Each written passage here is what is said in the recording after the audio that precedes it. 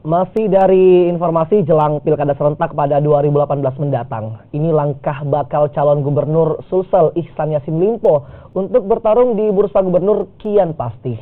Salah satu yang menjadi sepak terjang Ihsan Yassin Limpo dengan mengukuhkan rumah punggawa bagi ratusan simpatisan Ihsan yang siap berjuang bersama dirinya.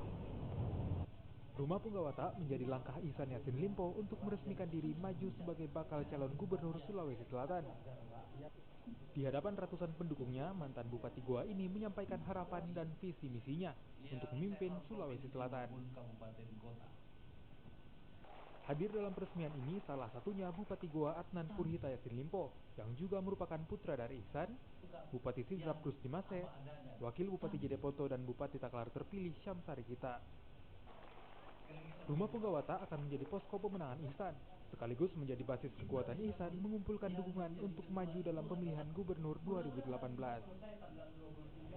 Untuk saya meminta restu dan juga meminta bantuan kita semuanya.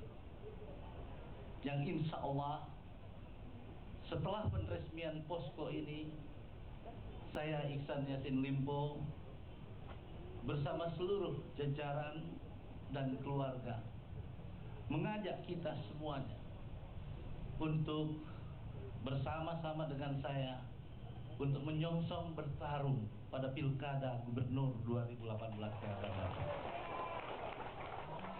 Dalam peresmian ini sejumlah nama yang digadang-gadang menjadi pendamping Ihsan pun mencuat. Di antaranya nama Ketua DPW Partai Nasdem Rusdi Mase.